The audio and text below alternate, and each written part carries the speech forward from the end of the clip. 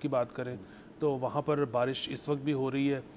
گجرات کا ابھی حکومت نے ایک الٹیمیٹم دیا ہے کہ جی وہ ہم کافی ایریاز ہم نے کلیئر کروائے ہیں لیکن بالکل گجرات کو پانی ختم کرنے میں ابھی 48 گھنٹے اور لگیں گے. سو گڈو براج وغیرہ کی آپ ابھی دیکھ رہے ہوں گے, اپڈیٹس آ رہی ہوں گی. سو جو پانی اس وقت جا رہا ہے سندھ کی طرف وہ کسی طرف کوئی 4 لاکھ کیوسک فیٹ ہے, کسی طرف 5 لاکھ کیوسک فیٹ ہے. تو بس دعائیں ہیں کہ کسی طرح سے معاملات جو ہے جلدی سیٹل ہو جائیں. ابھی میں پڑھ رہا تھا کہ جاپان نے کوئی 245 کلومیٹر لمبی دیوار بنائی ہے اور کوئی 9 ملین ٹریز پلانٹ کیے ہیں سونامی کے لیے.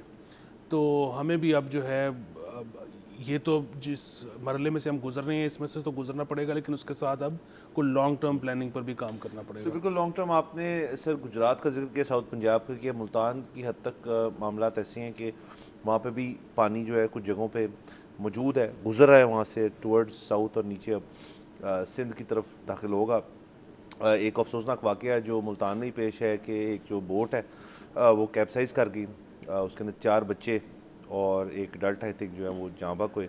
اور یہ اب ریسکیو ایفرٹس بھی سر ہم بڑا اس کو لائٹلی لیتے ہیں کہ یہ ایک نا بڑا مشکل عمل ہوتا ہے اور ہمیں ان کو سیلیبریٹ کرنا چاہیے جو کام کر رہے ہیں یہاں پہ, اور جنہوں نے جانیں کھوئی ہیں ان کو بھی آپ کو اپریشیٹ کرنا چاہیے کہ وہ کس مرحلے سے گزر کے اس ساری چیز کو کر رہے ہیں. اور یہ نان سٹاپ ہے, مطلب کسی نے یہ نہیں سوچنا کہ جی پچھلے 10-12 دن میں جی جہاں معاملات ٹھیک ہو گئے ہیں وہاں کچھ نہیں ہو رہا. یہ آن گوئنگ ایفرٹ ہوتی ہے. تو گجرات کا آپ نے ذکر کیا, گجرات کے اندر پانی کا جو جس نوعیت کا وہاں پہ ایک پانی کھڑا ہوا ہے, وہاں پہ جو لوگ ہیں وہ بڑے ڈسپلیسڈ ہیں. اور ابھی میں نے ویڈیو بھی دیکھی تھی کہ مریم نواز صاحبہ جو ہیں وہ ایک جگہ تھیں اور وہاں پہ ایک خاتون ان کو بتا رہی تھی کہ یہاں پہ سورج سسٹم کتنا برا ہے, کہ اتنے سالوں میں یہاں پہ سورج سسٹم نان ایگزسٹنٹ ہے. تو انہوں نے پھر خیر اس ویڈیو میں تو یہ کہا کہ جیسے یہ پانی ذرا نیچے جاتا ہے اور پیچھے کی طرف جاتا ہے یا واپس جاتا ہے تو پنجاب کی تمام مشینری جو ہے اس کو ہم گجرات میں ریلوکیٹ کر کے ٹھیک کریں گے. تو یہ تو دیکھیں نا اچھی بات ہے, کرنی چاہیے, لیکن گجرات تو ایک شہر ہے جس کی نشاندہی ہوئے گی. ایسے دیگر بہت بڑے شہر ہیں جہاں پہ فرض کریں اتنی بارش نہیں ہوئی یا وہاں پہ سیلاب جو ہے وہاں پہ نہیں پہنچا, لیکن وہاں پہ کی بھی صورت جو ہے وہ شاید لاہور جیسی نہ ہو, بالکل بھی نہیں ہوگی.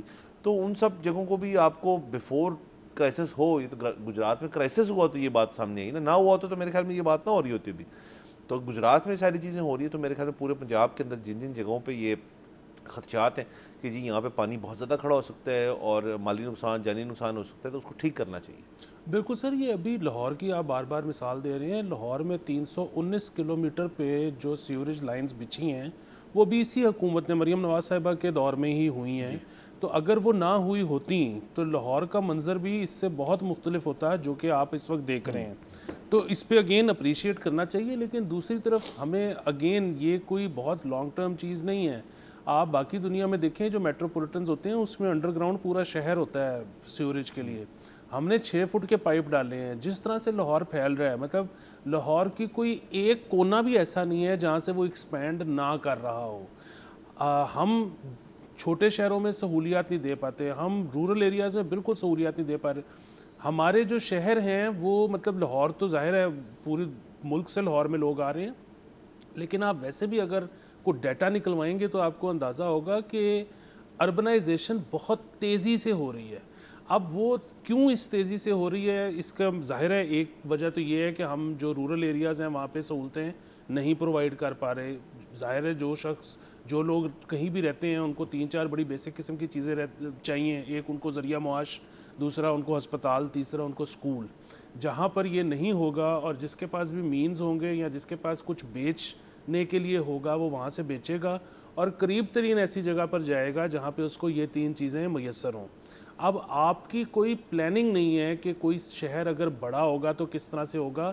یہاں پہ اگین جس کا دل کرتا ہے وہ ہم اکثر بات کرتے ہیں سوسائٹی کاٹ لیتا ہے, جس کا دل کرتا ہے وہ گھر بنانا شروع کر دیتا ہے یا کمرشل بلڈنگز بنانی شروع کر دیتا ہے.